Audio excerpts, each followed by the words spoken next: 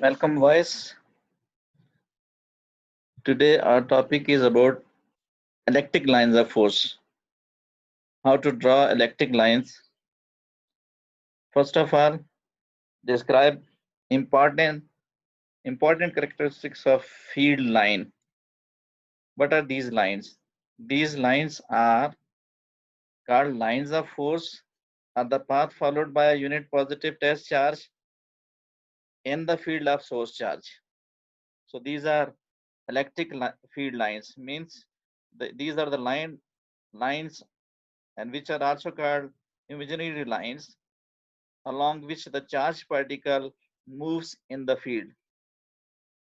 What is the representation of electric field line? The electric field in the vicinity of charged body can be represented by imaginary lines called electric lines or electric lines of force. The arrow indicates the electric field at different points. The direction of this arrow is radially outward positive charge, and initially it is radially inward for negative charge. For positive charge, the arrow direction is outward, but in case of negative charge, the direction of the arrow is inward towards negative charge. But in case of positive charge, these electric lines forces are moving away from the charge. The arrow shows the direction. These lines increase as we move radially inward and decreases we move outward in the field. So draw the lines around a charge helps in visualizing the field. This shows that closer to the charge, the electric number of electric lines of forces are more. Away from the charge, the electric lines of forces will be less. At the same area, if you consider the same portion of the area closer to the charge and same area away from the charge, the number of lines of forces passing closer to the charge will be more. But when you place the same area away from the charge, the number of lines of forces passing through that similar area will be the less. This shows the strength of electric field as well.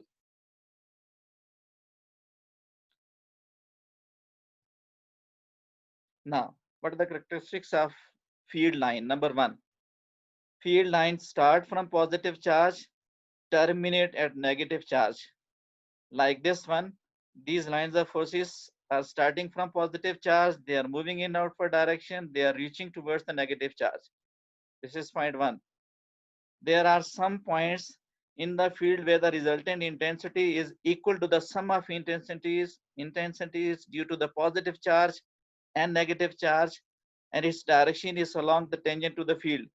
Wherever you are interested to find out the direction, you draw a tangent along the electric lines of forces, and this tangent will show the direction of electric lines, the direction of the field. Then the intensity due to two positive charges will be, these are the two, that is plus, other one is negative. It is the sum of electric lines of forces due to both charges. At some points, the resultant intensity is zero. Such points are called neutral point, like this one. In case of two similar charges, one is positive charge, this one, other one is another positive charge. In between two, when the electric lines of forces are moving, they repel each other. And in between charges, there are no electric lines of forces. So this portion is called neutral region. This is also called zero field region.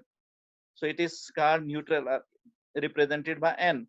But in case of opposite charges, one is positive, other one is negative. If you look at the electric lines of forces are parallel to each other, and in between two charges, in case of different charges, there is a place where this is the only place where there is maximum uniform and strong electric field present between two opposite charges, where the intensity will be maximum. And whenever you are moving away from the charge, this shows that the electric lines of forces separation between electric lines of forces increases like this, which results in weaker electric field. Whenever you are moving away from the charges, the electric lines of forces are no more parallel, and this is the portion where the electric field will be the minimum, or it will be very less. But closer to the charge, the electric lines of forces are closer, they are larger in strength, electric field intensity is more, field strength is strong. Now the next one is if the lines of force are parallel to each other, electric field is uniform. This is the portion between these two charges where the electric lines of forces are parallel. This will be the place where the field electric field will be uniform.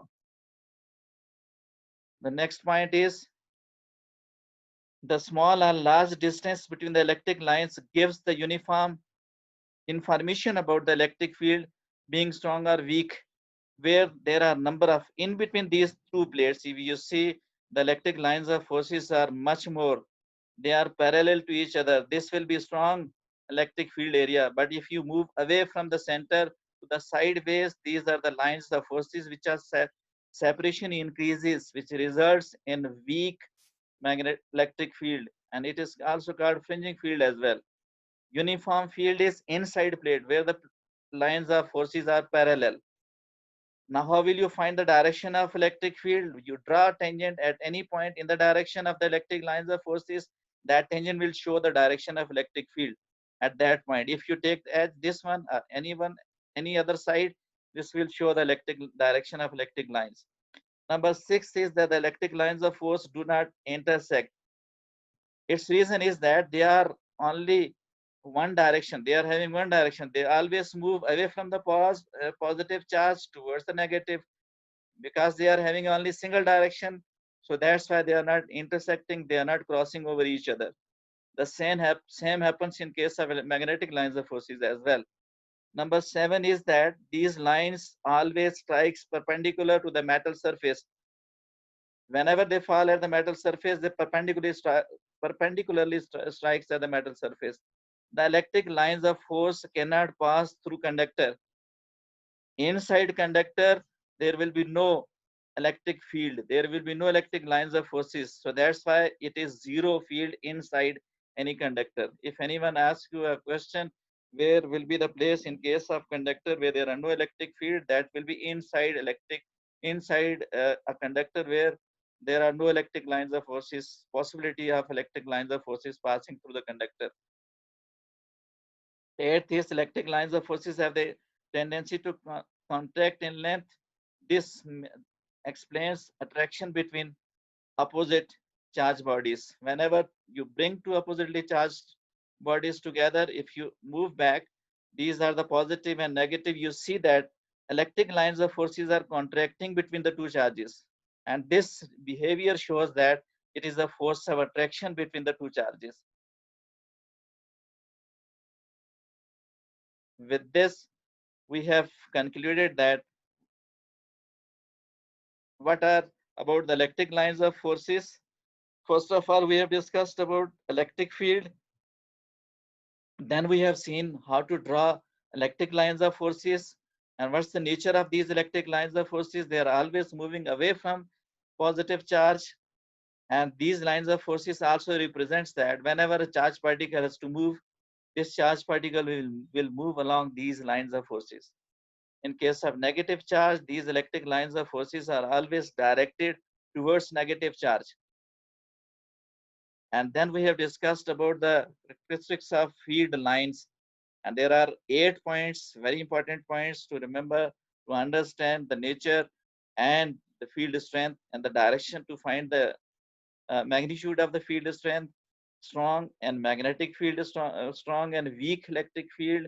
Where the electric lines of forces are parallel to each other, this will be the portion where the electric field strength will be more and it will be uniform. Whenever you are moving away from the charge, they are moving the separation between the electric lines of forces will increase, which will result in weak electric field.